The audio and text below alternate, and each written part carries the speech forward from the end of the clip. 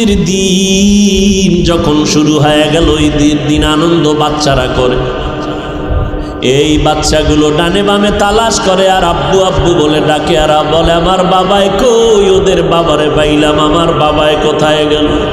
এই ময়দানে এমন আশেক আছে যার মা নাই বাবাও নাই। মোনাজাতের পরে অনেকে গিয়া দেখবা মা ঘুমায় না, তোমার অপেক্ষায় বসে আছে। মা ডেকে বলবে বাবা আয়, তাড়াতাড়ি আয়, আমি তোর জন্য অপেক্ষা করি, খানাও খাই নাই। আর যেই বান্দা দেখবে মা নাই, কবরের বাসিন্দা হয়ে গেল, ওই মা হারা বান্দার কলিজা ফেটে যাবে। ও আল্লাহর বান্দারা, ওই মা বাবারে কষ্ট দিও না রে বাবা। ওই মা বাবার চোখের পানির কারণে আজকে চেয়ারে বসে বয়ান করতেছি। ওই মা বাবার কত দোয়া, চোখের পানির কারণে তুমি পরীক্ষায় ভালো নাম্বার পেয়েছো। ওই মা বাবার দোয়া, চোখের পানিতে তুমি টাকা পয়সা বাড়ি গাড়ির মালিক হয়েছো। ওই মাকে যারা এখনো হারায় ফেলছো, চোখের পানি ছেড়ে দোয়া করো। আর যার মা বেঁচে আছি ঘরে গিয়া বলিও মা, তুমি মাথায় হাতটা দিয়া দোয়া করিয়া দাও। আজকে মোনাজাত ধরলাম, আমার ডানে কান্নার আওয়াজ, আমার বামে কান্নার আওয়াজ, আমার চোখে কেন পানি নাই? মা গুনার কারণে বুঝি আল্লাহ বেজার হয়ে গেছে, আজকে থেকে আর গুনাহ করব না রে মা। তুমি যদি একটু দোয়া করে দাও, মা যদি মাথায় হাত দিয়া দোয়া করে, আরশে আজিমে কবুল হয়ে যাবে।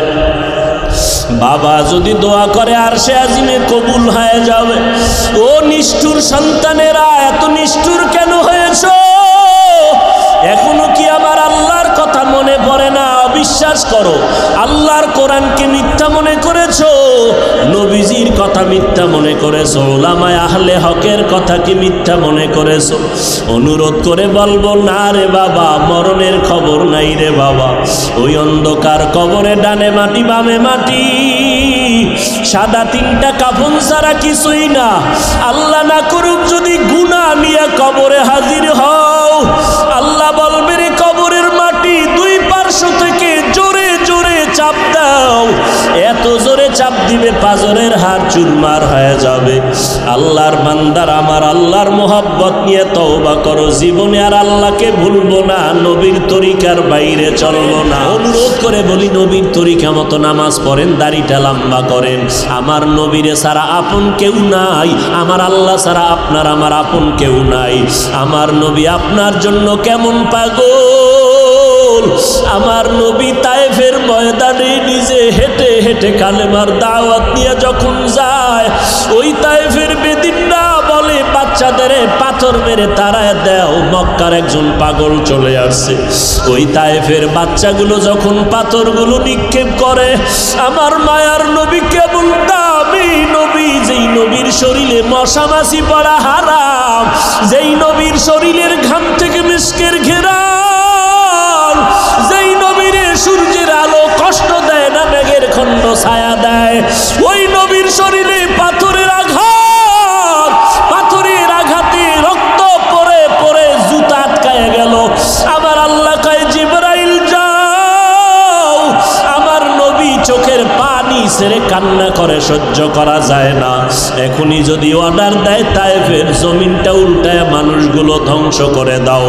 জিবরাইল আমিন আইসা আল্লাহর সালাম দিয়ে বলে, নবী আপনার রক্ত ঝরা অবস্থা আল্লাহ সহ্য করতে পারেন না, এখনই যদি অর্ডার করেন তায়েফের জমিন উল্টায় ধ্বংস করে দেই। আল্লাহর নবী চোখের পানি ছেড়ে বলে, ভাই জিবরাইল এদেরকে কিছু বলবা না, এরা আমারে চিনে না, আমি কেমন মানুষ।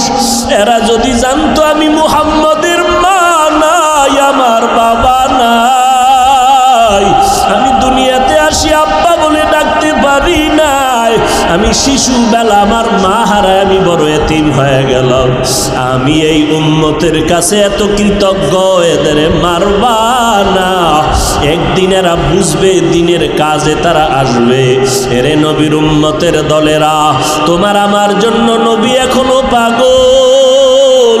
আল্লাহর নবীর কাছে উম্মতের খবর ফেরেশতারা পৌঁছাইয়া দেয়, হাসরের কঠিন দিন, সূর্যের গরমে মাথার মগজগুলো টাস টাস করে ফেটে যাবে, জমিনটা পুড়িয়া তামা হয়ে যাবে। ওই সময় নবীরা পর্যন্ত বলবে নফসি নফসি, আমাকে বাঁচাও। মূসা নবী কাঁদবে, উম্মতের ভুলিয়া যাবে, নিজেকে বাঁচানোর জন্য কাঁদবেন। ঈসা নবী কাঁদবেন নফসি নফসি বলিয়া। আমার নবী বলেন আমি কাঁদবো উম্মতি উম্মতি উম্মতি। এরে নবীর আশিকের দল, পাও দুইটা আগাইয়া দাও, পায়ে হাত রেখে বলি আর নবীরে কাঁদাইও না রে যুবক। কয়দিন আর বাহাদুরি করবা, মরণটা কখন হবে জানা নাই রে বাবা।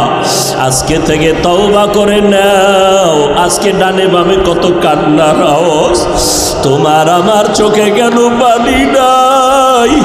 গুনার কারণে তোমার আমার হাত না পাক, চোখ না পাক, জিহ্বা না পাক, এই কারণে চোখে পানি আসে না, দিলটা পাথর। আল্লাহ বুঝি বেজার হয়ে গেলেন, মা বাবায় বুঝি আমার উপরে অসন্তুষ্ট হয়ে গেল।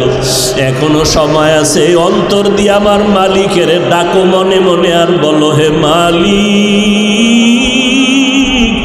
এই ময়দানে আমার মতো গুনাহগার কেউ নাই। মানুষ যদি আমার গুনার খবর জানতো, কেউ আমার বয়ানে বসার সুযোগ দিত না রে মাওলা। আমার গুনার খবর আমার মা বাবা ভাই বোন পরিবারের কেউ জানে না রে আল্লাহ। আমার গুনার কারণে আপনি রাগ করিয়া পানি বন্ধ করেন নাই, বাতাস বন্ধ করে দেন নাই। আজ এই ময়দানে তওবার নিয়ত করে ফেললাম। আমার মতো যুবক যদি স্কুলে পড়িয়াও দাড়ি রেখে নামাজ পড়ে, আমি কেন পারবো না? আমার মতো যুবক যদি কৃষি কাজ করে, মাছ ধরিয়া ড্রাইভারি করিয়া নামাজ পড়ে, আমি কেন পারবো না? আমার মতো যুবক যদি র্যাব আর্মি পুলিশ বিডিআরের চাকরি করে, ব্যবসা করিয়া দাড়ি রাখে, নামাজ পড়ে, আমি কেন পারবো না? আমার কপাল বুঝি পুড়িয়া গেল না? না, আমি এই কপাল পোড়া নিয়ে কবরের বিছানায় যেতে চাই না। আজ তওবা করার নিয়ত করতে চাই। ও আল্লাহর বান্দা, যদি তওবার নিয়ত হয়, আজ থেকে তওবা করো। গলায় ছুরি আসবে, মরে যাব, হায়াতের মালিক আল্লাহ, ইজ্জতের মালিক আল্লাহ, রিজিকের মালিক আল্লাহ। জীবনে আর দাড়ি কাটবো না, নামাজ ছাড়বো না, মা বাবারে কষ্ট দিব না, ওলামায়ে কেরামের বিরোধিতা করব না। আজকে থেকে মরিয়া গেলে যাব, নামাজ পড়বো, মা বাবার দোয়া নিয়ে চলবো। আতিনা ফি দারে দুনিয়া না হাসান, আতিনা ফি দারে উকবা না হাসান। এই মিয়া, ডায়েরি লইয়াও ওয়াজ করার অভ্যাস জীবনে করি নাই, আর কম্পিউটার ল্যাপটপ লইয়া বইয়াও বয়ান করার কোনো অভ্যাস করি নাই। কি বয়ান করব আজকে এখানে আইসা, এই চিন্তাও খুতবার আগে করি নাই। এখানে আইসা বসার পরে আউযুবিল্লাহ যখন কই, তখন মাথায় ঢুকাইছি কোন আয়াতটা পড়ুম। কয়েকটা আয়াত সামনে আইছে, এইটা পড়ে ফেলাইছি। এখন এই আয়াতের আলোকে কি কি কথা আমি কব, এটি কি সিরিয়ালে মুখস্থ করে আসছি? এটা সম্ভব?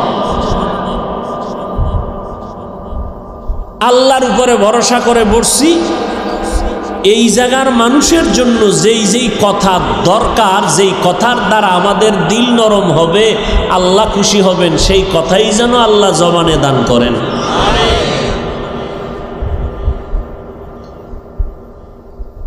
আসলে আপনাদের কি বলবো, কথা তো অনেক জায়গায় বসলে আসেও না, আর অনেক জায়গায় শেষ হয় না। আল্লাহ যে কোরআনে তাফসির করছেন, না তাফসির, আপনারা তো তাফসিরের ভক্ত বেশি। 10টা আয়াত তরজমা কইতে পারলে টাটকা মুফাসসির হয়ে যান। আল্লাহ হেদায়াত দান করেন। তাফসির, যে আল্লাহ তাফসির করছেন, কোরআন শরীফে ওয়াজ করছেন। আল্লাহর কোরআনে আয়াত সংখ্যা আম্মাজান আয়েশা রাদিয়াল্লাহু আনহার প্রসিদ্ধ বর্ণনা মতে কত? 6600। এই কয়েকটা কথা খুব খেয়াল করবেন। উঠা বসা করলে মোনাজাতটা দিয়ে চলে যাবো, রাত্র অনেক হয়ে গেছে। দিব মোনাজাত দিব, তা আবার দেখা হবে তো। রায়পুর আবার কবে জানি আছে, 7 তারিখের দিন আবার দেখা হবে। কি বলেন আপনারা? তাহলে উঠবেন না, কাউকে উঠতেও দিবেন না, বয়ে বয়ে দোয়া ইউনুস করেন। বলেন এবার কোরআন শরীফের আয়াত সংখ্যা কত? 6600। আপনারা জানেন, আমি একটু স্মরণ করায় দিতেছি, টোটাল কোরআন শরীফের মধ্যে মাত্র 500 আয়াতে আল্লাহ বিধান দিয়েছেন। কত আয়াত? 500 আয়াত। বিধান কাকে বলে? এই যে বিধান, কই বিধান? বিধানের আয়াত কত বলেন সবাই? আমি জানি আপনারা এলাকার সব মানুষ শিক্ষিত মানুষ, আমি বান্দা মূর্খ, আপনারা শিক্ষিত। ভুল হলে ধরাই দিন, সবার সামনে তওবা করব। আল্লাহ খুশি হবে না বেজার? সম্মান কিছুটা কমবে, এই তো। আর কি মেয়ে সম্মান বান্দা কমাইতে রে, এই মেয়ে বান্দা সম্মান কমাইতে রে, কম জ্বালান জ্বালাইছে। হ্যাঁ, সম্মান কমছে না বাড়ছে? তাবলীগের বিরুদ্ধে কম বয়ান চলে না বেশি? কমছে। চরমনের বিরুদ্ধে, উজানির বিরুদ্ধে, দেওবন্দীদের বিরুদ্ধে, কওমির বিরুদ্ধে বয়ান কম চলে? কমছে। কেন? ওই আয়াত গেছি গে, ওই যে পিছে একটা আয়াত থুইছে, হঠাৎ মনে হয়েছে, কুল জা আল হক ওয়া যাহাকা। আল্লাহর কোরআনে বলে হক আসলে বাতিল পালাবে। বাতিল ওয়াদাকার। বাতিল পালানোর ব্যাখ্যা 3টা। কয়টা? এক ব্যাখ্যা, বাতিল জায়গায় খোদার গজবে মরে যাব। 2 ব্যাখ্যা, ওই এলাকা ছাইরে অন্য দেশে ভাগবে। 3 নাম্বার ব্যাখ্যা, তওবা কইরা হকের পক্ষে আসবে। তওবা করে, এগুলো বাতিল পালাবার 3 ব্যাখ্যা। শেষ। এই কথাটা বলছিলাম আবরার সাহেবের কথার তুলনা টানতে গিয়া। তাহলে বিধানের আয়াত 500। বিধান কাকে বলে? প্রশ্ন রেখে গেলাম। আপনারা তাফসির শুনেন যেহেতু সব জানেন, আমি আর ভিতরে ঢুকলাম না। যেহেতু নোয়াখালী লক্ষ্মীপুর অঞ্চলে যথেষ্ট পরিমাণ মুফাসসির আসেন এবং এরা দীর্ঘ টাইম কোরআন সামনে নিয়ে হাতে নিয়ে তাফসির করেন, যেই তাফসিরের চিন্তাও আমার বান্দা করলেও ভুল, কারণ ওই লাইন নিয়ে আমি যাইতে পারি না। লঙ্গি ভরা মৌলবি আর কত আগাইব? এরপরে যদি ওই আবার পীরের দালাল, তা তো উপায় নেই। এবার বলেন, বিধানের আয়াত যদি 500 চলে যায়, আছে কত? এই যুবকেরা বলেন, গড়ে ধরেন 6000। এই 6000-এর উপরে আয়াত যা আছে, এই আয়াতের মধ্যে আল্লাহ শুধু ওয়াজ করেছেন। কি বলেন? কি? এবার ওয়াজের অর্থ কি? ওয়াজ কাকে বলে?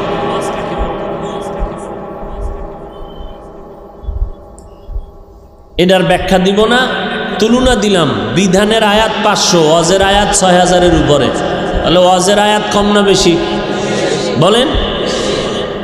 গড়ে 6000 আয়াতে আল্লাহ ওয়াজ করলেন, পদ্ধতি 3টা। 6000 আয়াতে আল্লাহ ওয়াজ করছেন কয় পদ্ধতিতে? 3 পদ্ধতিতে। এক পদ্ধতির নাম তাযকির বি আলা ইল্লাহ, আর এক পদ্ধতির নাম তাযকির বি আইয়ামিল্লাহ, আর এক পদ্ধতির নাম তাযকির বিমা বাদাল মাউত। 3 পদ্ধতিতে আল্লাহ 6000 আয়াতে ওয়াজ করেছেন। প্রথম পদ্ধতির নাম আল্লাহর কুদরতের বিবরণের ওয়াজ। কার কুদরত? নাম্বার 2, অতীতের কিসসা কাহিনী দিয়া ওয়াজ। কি কাহিনী? অতীতের কিসসা কাহিনীর ওয়াজ। 3 নাম্বার পদ্ধতি কিয়ামতের বিবরণের ওয়াজ। এই 3 পদ্ধতিতে কত হাজার আয়াতে ওয়াজ? তো 3 পদ্ধতিতে যদি 6000 আয়াতে ওয়াজ হয়, বাগে কত আয়াত পড়ে এক এক পদ্ধতির মধ্যে? 2000। তাহলে 2000 আয়াতে আছে আল্লাহর কুদরতের কথা, 2000 আয়াতে আছে কেচ্ছা কাহিনী। কিচ্ছা শব্দটা আরবি কোরআনের শব্দ, কাহিনী বা কাহানি এটা উর্দু ভাষা। তাহলে কিচ্ছা কাহিনীর আয়াত কত বলেন? বাকি রইল কত? পদ্ধতি বাকি কয়টা? কি? কিয়ামতের বিবরণের 2000-এর ওয়াজ। যেই পয়েন্টটা বুঝাইতে গিয়ে এদিকে ঢুকলাম, কেউ যদি একটা বই লেখে, উপরে আগে নাম লেখে ঈমান আমল, বইয়ের নাম কি? ঈমান। এবার দেয় সূচি, ভেতরে কি দেয়?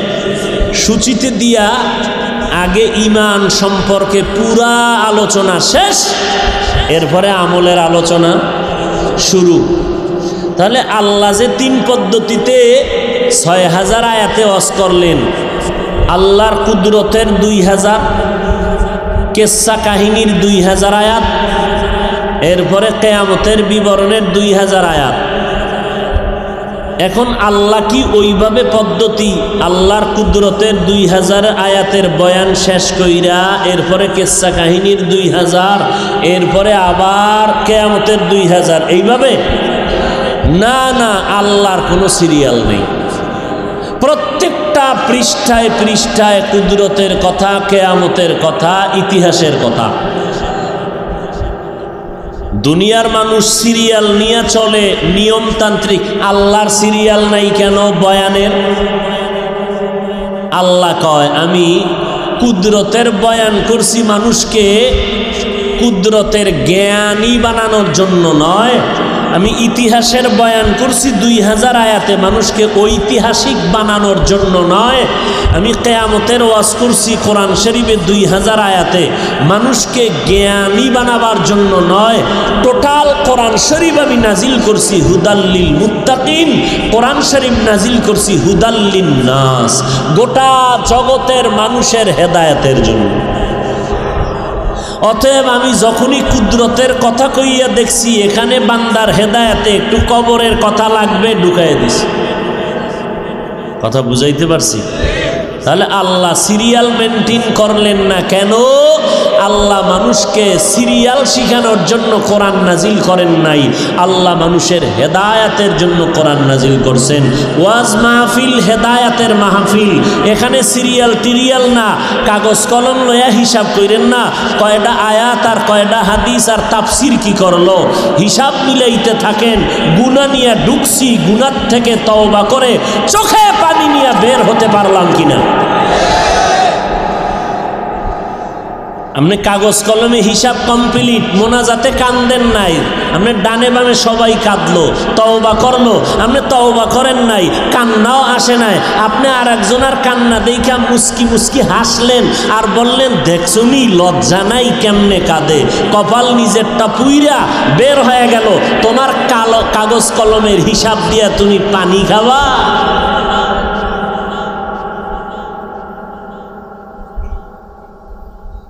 আল্লাহ হেদায়াত দান করুন। আল্লাহ আপনি সবার আগে আমাকে হেদায়াত দান করেন, আমার ভাই বোন যুবক যুবতী সবাইকে আপনি হেদায়াত দান করেন। হেদায়াত বড় কঠিন জিনিস, বড় কঠিন। নবীজির মতো দামি কেউ আছে নাকি? জানা মতে কোনো পীর সাহেব নবীর থেকে দামি? মুফতি সাহেব?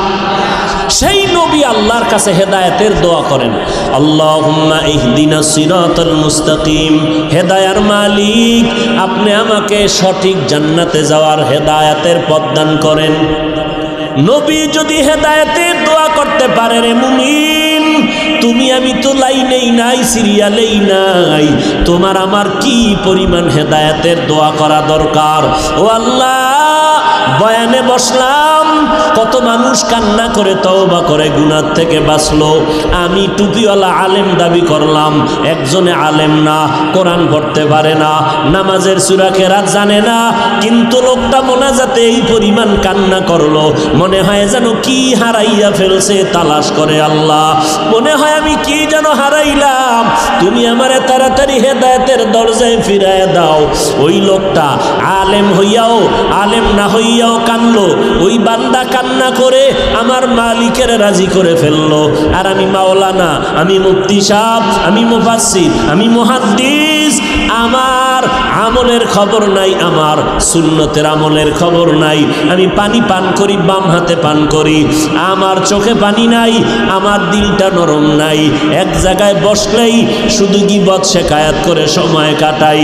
ও বান্দা, এই জন্য নিজেকে মনে করবা ওই একজন আওয়ামুন্না সাধারণ মানুষের থেকে আমার দাম দুর্বল, কারণ ওই বান্দার চোখে পানি, আমার চোখে পানি নাই। অথচ আল্লাহ কোরআনে বলে বেশি করে কাঁদো, কম করে হাসরে গোলাম, ফালিয়াজহাকু কালিলা ওয়ালিয়াবকু কাসীরা। মদিনার নবী বলেন ইবকু ফাইল্লাম তাবকু ফাতাবাকু। ও বান্দা কান্না করো, কান্না যদি না আসে কান্নার বাহানা করো, কান্নার বাহানা করলেও তোমার সওয়াব হবে। একজনে কান্নার বাহানা করে, চোখে কি নাই, নবী কয় সওয়াব হবে, আর নিমক হারামের গোষ্ঠী কয় দেখ হুদাই কান্দে, চোখে পানি নেই। এরকম গাদ্দার আছে না নাই? নবী কয় কান্না যদি না আসে বাহানা কর, এতেও সওয়াব। আর রসুলের দুশ্মন কি কয়, হুদা কান্দে, চোখে কি নাই, পানি নেই। আল্লাহ আমাদেরকে মাফ করে দেন। মিনহা খালাকনাকুম, আল্লাহ বলেন এরে মানুষ আমি তোমাদেরকে মাটির থেকে সৃষ্টি করলাম। আর এক আয়াতে বলে রক্ত থেকে, আর এক আয়াতে বলে নাপাক পানির থেকে। তিন কথার সমন্বয় কি? এক নম্বর জবাব, আল্লাহ বলেন আমি তোদেরকে মাটির থেকে সৃষ্টি করছি, এটাই আসল, এটাই বাস্তব, এটাই বাস্তব, এটাই আসল। অন্য কথাগুলো এর সংযুক্ত, মিলাইয়া নাও। কেমনে মিলাইবা? বলে আমি আল্লাহ নাপাক পানিটাকে রক্তর খণ্ডে পরিণত করলাম, আবার এই রক্ত গোশত বানাইলাম, হাড্ডি বানাইলাম, এর উপরে আবার গোশত দিলাম। আমি আল্লাহ পাক রব্বুল আলামিন মূল কথা বুঝাইলাম, তোমারে মাটির দ্বারা বানাইলাম। বলে কেমনে? কয় তোমাদের আব্বা জান আদম আলা নবিয়িনা ওয়া আলাইহি সালাতু ওয়াস সালামকে আল্লাহ নিজে ডাইরেক্ট মাটির থেকে বানাইছেন, আর আব্বা জান থেকে আম্মা জান হাওয়া আলাইহিস সালামকে বানাইলেন। আর আব্বা আম্মার সংমিশ্রণ আর মিলনের মাধ্যমে আল্লাহ বছরে 2টা করে সন্তান দান করেছেন। মা বাবা যেই পদার্থের হবে সন্তান ওই পদার্থের হবে। মা বাবা যেহেতু মাটির সন্তান, আমরাও মাটির। কথা বুঝেন? নাম্বার 2, আল্লাহ বলেন তোরা মাটির কেমনে জাননি? যেই নাপাক পানিটা বাবার থেকে মায়ের বাচ্চা দানিতে যায়, ওই নাপাক পানি শরীরে তৈরি হয় খাদ্যর মাধ্যমে, ভিটামিন মাধ্যমে, আর ওই খানাটা তৈরি হয় মাটির মধ্যে। এই দিক থেকে তোরা মাটির। নাম্বার 3, যখন মায়ের গর্ভে নাপাক পানিটা ফেরেশতারা মন্থন করে, ওই মেহনতে লেগে যায়, আল্লাহ অর্ডার করে ফেরেশতা জলদি করে যা, এই বান্দা যেখানে কবর হবে ওই কবরের থেকে 1 চিমটি মাটি এনে নাপাক পানিতে মিলায়া দাও। ফেরেশতা কোথায় কবর হইব জানি, আল্লাহকে আমি গাইবের মালিক আমি জানি, অমুক জায়গায় যাও, পানি নাপাক পানিতে 1 চিমটি মাটি লাগায় দাও, এরপরে এটাকে রিপেয়ারিং করতে থাকো, এটাকে আমি আল্লাহর কুদরতে রক্ত হবে, গোশত হবে, হাড্ডি হবে। কারণ এদিক থেকেও মাটির সৃষ্টি আমরা। প্রশ্নকারীরা প্রশ্ন করবেন, যেই লাশটা আগুনে পুড়িয়া নিশ্চিহ্ন হয়ে গেল, যেই লাশ নদীর মধ্যে গলে গেল, কোনো অস্তিত্ব নাই, তাহলে এর কবর কই? লাশের তো কোনো অস্তিত্ব নাই, কবরও নাই, এখানে কোথার থেকে মাটি আনবে? লাশও নাই, আগুনে পুড়ে গেছে না, এর অস্তিত্ব আছে? মুফাসসিরিনে কেরাম বলেন আল্লাহ কেমন কুদরতের মালিক। আমাদের পিঠের মধ্যে সোজা একটা হাড় আছে যেটাকে মেরুদণ্ড বলি, আসেনি পিছনে? ওই পিঠের মেরুদণ্ডে হাড়ের একেবারে নিচে মার্বেলের মতো একটা গোড়া আছে। আগুনেও পুড়িয়া যাক, পানিতেও যদি নিচ্ছিন্ন হয়ে যায়, ওই গোটা কখনো নষ্ট হবে না। কোনো না কোনো এক সময় এই গোটা মাটির সাথে গিয়া মিশে যাবে, মাটির সাথে গিয়া লাগবে, আর ওই জায়গায় হবে তখন ওই কবর। যাও ওখান থেকে মাটি এনে মিশায় দাও, আর কিয়ামতের দিন ওখান থেকে আল্লাহ প্রত্যেকের উঠাবে। ওই যে গোটা যেখানে মাটিতে লাগবে পড়ে থাকবে, ওখান থেকে কিয়ামতের দিন আমরা উঠব, এক একজনে আকৃতি নিয়া, সুন্দর দেহ নিয়া। এত যুক্তি দিয়া কি বুঝাইতে চাইলেন আমার আল্লাহ? যে ও মানুষ, তোমরা মাটির সৃষ্টি। এটা ফাইনাল সিদ্ধান্ত। কার সিদ্ধান্ত? স্থায়ী না অস্থায়ী? এখানে কলম ধরার কোনো সুযোগ নাই। গোটা জগতের মানুষ কিসের সৃষ্টি? এইবার কথা হলো, এই মাটির সৃষ্টি মানুষ, মাটি থাকে কই জানোনি? কয় জানি। কই? কয় পায়ের নিচে। সারাদিন শুধু পাড়াইতেই থাকি, পায়ের নিচের মাটি। তো মনটা ছোট হয়ে গেছে, তোরে পায়ের নিচের মাটি, এই মাটি উপরে মারলে নিচে যায়, তাহলে সম্মানটা নিচু হয়ে গেল না। আমি আল্লাহ পাক এই নিচের মাটি তোরে নিচে রাখি নাই, সম্মান আর মর্যাদা গোটা জগতের মধ্যে আমি আল্লাহ সবার উপরে দিয়ে দিলাম। কেমন উপরে? আলাকাদ কাররামনা বানি আদম ওয়া হামালনাহুম ফিল বাররি ওয়াল বাহরি ওয়া রাযাকনাহুম মিনাত তাইয়্যিবাত ওয়া ফাদ্দালনাহুম আলা কাসীরিম মিম্মান খালাকনা তাফদীলা। আল্লাহ কয়, ও মানুষ, তোর সম্মান কত জানো? স্থলে পানিতে চলার মতো বাহনের ব্যবস্থা করলাম, এরপরে আমি উত্তম রিজিকের ব্যবস্থা করলাম, আবার গোটা মাখলুকতের মধ্যে তোমাকে শ্রেষ্ঠত্বের মর্যাদা দিয়া আবার পরস্পরে তোমাদের মধ্যে একে অন্যের তুলনায় মর্যাদাবান করে দিলাম। সারা দুনিয়ার মাখলুকতের মধ্যে মানব জাতি শ্রেষ্ঠ, মানুষের মধ্যে মুমিনেরা শ্রেষ্ঠ, সমস্ত মুমিনের মধ্যে আম্বিয়া কেরাম হলেন শ্রেষ্ঠ, আর সব আম্বিয়া কেরাম তথা মাখলুকতের মধ্যে আপনার আমার নবী রহমাতুল লিল আলামিন শ্রেষ্ঠ। মাটির সৃষ্টি শ্রেষ্ঠ, কোনো সন্দেহ? আল্লাহ বলেন আমার কাছে নূরের সৃষ্টি শ্রেষ্ঠ না, আমার দরবারে আগুনের সৃষ্টি শ্রেষ্ঠ না, মানুষ মাটির সৃষ্টি আমার কাছে শ্রেষ্ঠ। কোনো যুক্তি চলবে না। আদমের বানাইয়া এবার ফেরেশতাদের বললাম আদম শ্রেষ্ঠ কিনা, অনেক আলোচনার পরে ফেরেশতারা বললেন হ্যাঁ। এটা হ্যাঁ বললে হবে না, সেজদা দিয়া সম্মান করিয়া দেখাও।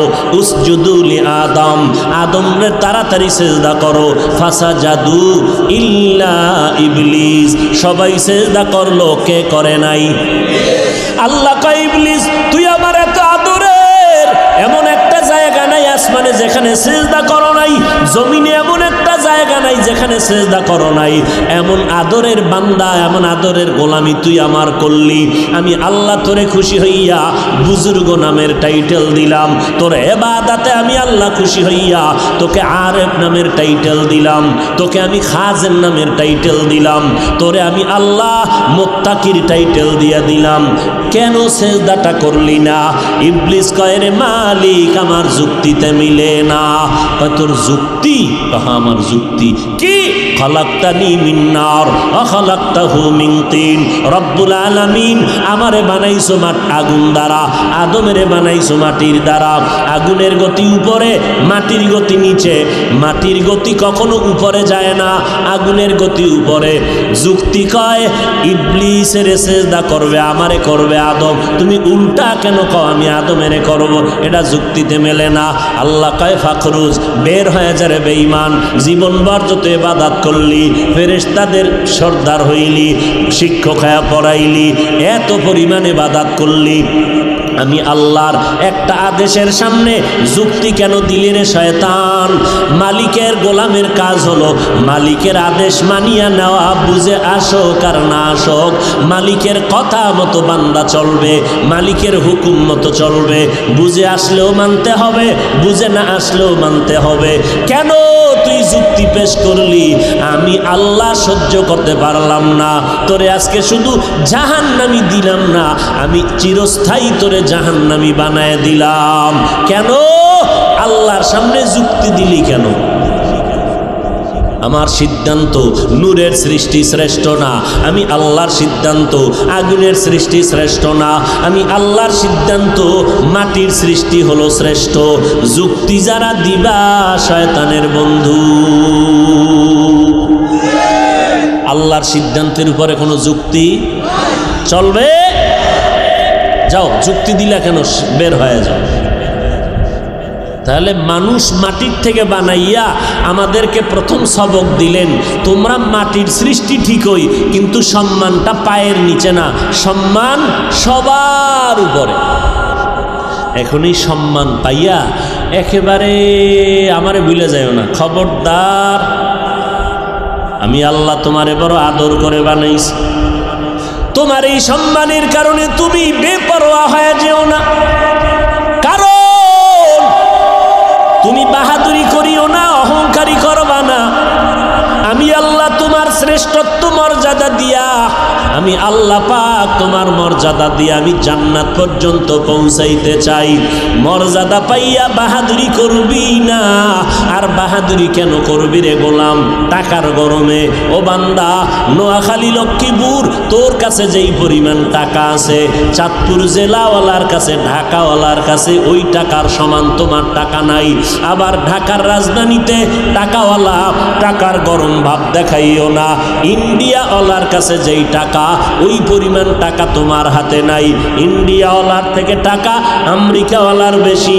আল্লাহ কয়, সারা দুনিয়ার মানুষের তুলনায় আমি আল্লাহ হলাম ধনী, সবাই হলো ফকির। অতএব টাকার বাহাদুরি করা যাবে, কারণ এটার কোনো ভ্যালু নাই। 2 নম্বরে ক্ষমতার চেয়ার। আরে তুই কয় কেজি ওজনের চেয়ার পাইছো? নমরুদ্দের চেয়ে বড়টা। যেই নমরুদ ওজন পাইয়া, চেয়ার পাইয়া, আমি আল্লাহকে মেরে ফেলার জন্য তৈরি হয়ে গেল নমরুদ। ওই বেঈমান ফেরাউন নিজেকে শুধু খোদা দাবি করে নাই, আনা রব্বুকুমুল আলা, শুধু খোদা বলে নাই, বলছে আমি সবার থেকে বড় খোদা। ও বান্দা, ইতিহাস জাননি? ওই নমরুদের আমি আল্লাহ আমারে মাইরা ফেলার জন্য রেডি হয়ে গেছে, তীর মাইরা আমার সাইজ করে ফেলাইব। আল্লাহরে মারলে ঝামেলা শেষ। নমরুদ রেডি হয়ে গেল। একটু চিন্তা করতো, ওই নমরুদের পাওয়ারকে নষ্ট করতে গিয়া আমি ফেরেশতা পাঠাইছি। একটা অসুস্থ মশা, সাথে জোতা মোবারক, ফেরাউনের নীল লোহিত সাগরে চুবাইয়া ডুবাইয়া ধ্বংস করে দিলাম। কেমন পাপিষ্ট! ফেরাউনের লাশ আজ মিশরের মধ্যে আছে। মশায় যায় না, মাছিতেও যায় না, মাটিতেও খায় না। কথা ঠিক নি? ফেরাউনের লাশটা দেখো মিশর জাদু ঘরে, খায় না মাটি, পোকা মাছি সবাই ঘৃণা করে।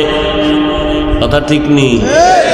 সারা দুনিয়ার মুমিন বাদ, সারা দুনিয়ার বিধর্মীর ঘর তালাশ করো, সারা দুনিয়া, বাংলাদেশ সহ সারা দুনিয়াতে খুঁজে দেখো, কোনো ঘরে মিস্টার ফেরাউন নামে একজন ছেলে আসেনি? নমরুদ নামে একজন পাবেন। যদি বলা হয় ভাই তোমার ছেলেটার নাম তুমি নমরুদ রেখে দাও, ফেরাউন রাখো, মাসে মাসে 1 লাখ টাকা দিব, রাজি হবে কোনো বেঈমান? আমগো সোনার বাঙালি না, বাঙালিরে চিনেন? ডাক্তার কয় মিষ্টি খাওয়া হারাম, এই সবে বরাতে গেছে মসজিদে জেলাপি খেতে। হায় হায়, হ্যাঁ গিয়ে প্যাকেট নিয়ে টানাটানি দুম কিলাকিলি, এমন কিলাকিলি জেলাপি 2 প্যাকেট নিতে গিয়ে শেষে একটাও পায় না, ফাড়ার তলে ভইরা ভর্তা বানায় এলেছে। এবার মসজিদ থেকে বেরোয়, খোদার কসম আল্লাহ জানে হেন আর না আনে। এর নাম বাঙালি। ওই বাঙালিরে যদি কয় 1 লাখ টাকা দিব ছেলের নাম ফেরাউন রাখবিনি, একটু ভাবার মতো টাইম দাও। ভাই বেটাইবা কয় টেলিফোনে কথা বলা হবে না, ডাইরেক্ট বলতে হবে আসো।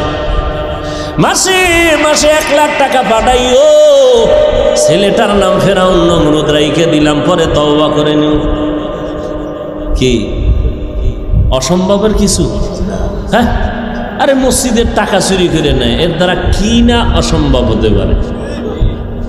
বাঙালি সায়েদাবাদ বাস টার্মিনালে কালেকশন করে, চান্দা উঠায়, মসজিদের টাকা দাও, মসজিদ করব, মসজিদ টাকা দাও। ডেইলি একজন আয় যায়, অফিস করে, টাকা দেয়, 10 টাকা 20 টাকা 100 টাকা। 10 বছর পরে কয় যে লোকটা খালি টাকাই উঠে, মসজিদ কই? একদিন কয় দিকে তুই যে এত টাকা উঠাও মসজিদ কই? খোদার কসম আমি মসজিদের জন্য উঠি। তো এতদিন কামগে এলাকায় এক আব্দুল মজিদ আছে, মসজিদ, ওই মসজিদের জন্য টাকা উঠাই আর আমি খাই। আমি মসজিদের টাকা চাই, মসজিদের টাকা দাও। মসজিদ মসজিদ না, মসজিদ কইছি, মসজিদ মসজিদ না।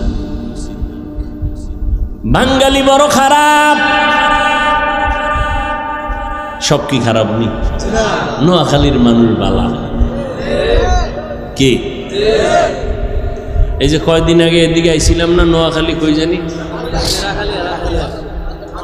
না না, আর 2-3 দিন আগে বলছিলাম, ও নোয়াখালীর মানুষ তোমাকে কপাল সান কপাল টের পাইলে না। এই যে শুরুতে বলছিলাম না, বৃহত্তম লক্ষ্মীপুর নোয়াখালীর মানুষ, তোমার জমিনে কারি ইব্রাহিমের জন্ম। এই জমিনের সন্তান মুফতি দেলাওয়ার, এই জমিনের সন্তান হাফিজি হুজুর, এই জমিনের সন্তান কেমন আল্লাহওয়ালা, যিনি তাফসির করতে গেলে বহু এলেম নিয়ে বসা লাগতো তার তাফসির বুঝার জন্য। হাবিবুল্লাহ মেজবা রহমাতুল্লাহ আলাই এই নোয়াখালীর স্বর্ণের টুকরা। তাফসির বুঝতে চাও তাহলে হাবিবুল্লাহ মেজবা সাহেবের ক্যাসেট আছে ইউটিউবে, 2-1টা দেখো। দোয়ায়ে নুসফিরে পাওনি, 2-1টা বয়ান শুনো, টের পাইবা তাফসির কারে কয়। মাস্তানি করো